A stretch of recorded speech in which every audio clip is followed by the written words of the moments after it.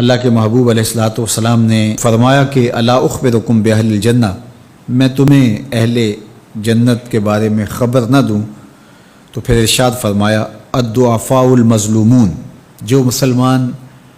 کمزور ہیں، ظلم و ستم سہتے ہیں، تو آقا کریم نے فرمایا کہ وہ اہل جنت ہیں۔ چونکہ بہت سارے گناہ کا کفارہ ان پر ہونے والے ظلم بن جاتے ہیں۔ اہل ایمان کو دنیا میں جو تکلیفیں پہنچتی ہیں تو ان تکلیفوں کے بدلے میں ان کو اجر دیا جاتا ہے، حتیٰ کہ جو اہل ایمان کے پاؤں میں کانٹا بھی چبھتا ہے اللہ اس کی بھی ان کو جزا عطا کرتا ہے۔ اور ایک حدیث پاک میں آتا ہے کہ اہل بلا کو جو قیامت کے دن اجر و صلہ عطا کیا جائے گا تو لوگ آرزو کریں گے کاش کہ ہماری کھال اور ہمارا جسم لوہے کی کینچیوں سے کاٹ دیا گیا ہوتا، تو آج جو صلہ اس کا حشر کے روز دیا جا رہا ہے۔ تو حالات میں بعض اوقات اس طرح کی صورت بن جاتی ہے کہ یا آپ ظالم بنیں یا آپ مظلوم بنیں، تو اس وقت مظلوم بننے کو اختیار کر لیجئے گا، ظالم کبھی بھی نہ بنیے گا، چونکہ ظالم کا ٹھکانہ آتش دوزخ ہے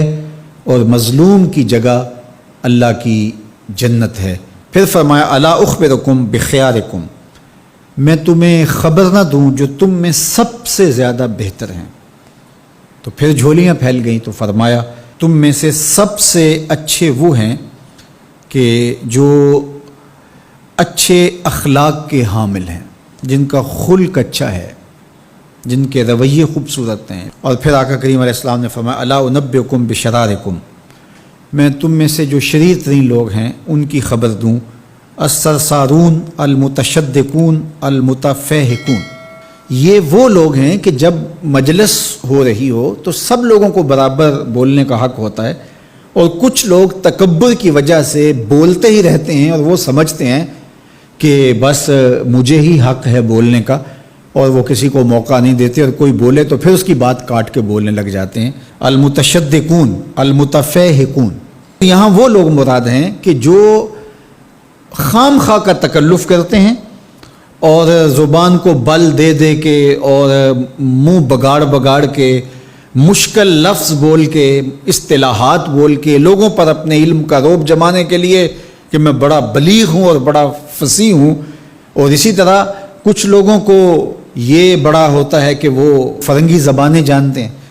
تو وہ عام دیہاتی لوگوں کے ساتھ بھی گفتگو کریں تو وہ مشکل سے مشکل الفاظ بولتے ہیں، جبکہ وہ بیچارے تو سادی زبان سمجھنے سے بھی قاصر ہوتے ہیں۔ تو یہ کوئی دانش مندی نہیں ہوتی کہ آپ جو ہے وہ بھاری بھرکم الفاظ بول کر کسی کے اوپر جو ہے وہ رعب جما رہے ہوں، تو یہ بات نہیں ہوتی۔ جب بات کریں آپ تو جس طرح کے لوگ ہوں اس طرح کی بات کی جائے اور اس طرح کی مثالیں ان کو دی جائیں۔ قرآن مجید میں اللہ تعالیٰ نے فرمایا کہ وہ اس بات پہ شرم نہیں اللہ کرتا کہ وہ تمہیں مچھر کی مثال دے۔ مچھر کی مثال دے کر کے اگر تمہاری بات سمجھ میں آتی ہے، اور مکڑی کے جالے کی مثال دے کے اگر تمہاری بات سمجھ میں آتی ہے تو اچھی بات ہے۔ دیکھو چھوٹا بچہ ہو، دودھ پیتا ہو تو اس کو یخنی تو نہیں پلائی جاتی، اس کا معدہ خراب کرنا ہے، وہ برداشت نہیں کر سکتا، اس کو وہ دیا جائے جو وہ برداشت کر سکتا ہے۔ اس لیے آپ کے مخاطبین کس طرح کے ہیں؟ کلم الناس علی قدر عقولہم لا علی عقولکم، میرے اور آپ کے آقا و مولا نے فرمایا جب بات کرو تو لوگوں کے فہم کے مطابق کرو، اپنے فہم اور اپنی عقل کے مطابق نہ کرو۔ علامہ اقبال علیہ رحمہ کی شاعری اور ان کا خوبصورت ادب اگر آپ دیکھیں تو اہل علم کے لیے سوغات ہے،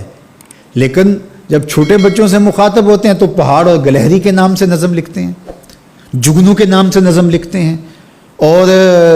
بکری کے نام سے نظم لکھتے ہیں، تو یہ ان کے مزاج کے مطابق بات ہوتی ہے۔ تو یہ حسن ہوتا ہے، اصل فساد ہے ہی یہ ہے کہ کس سے کس طرح بات کرنی ہے۔ تو میرے اور آپ کے آقا و مولا نے فرمایا کہ یہ شریر لوگ ہوتے ہیں۔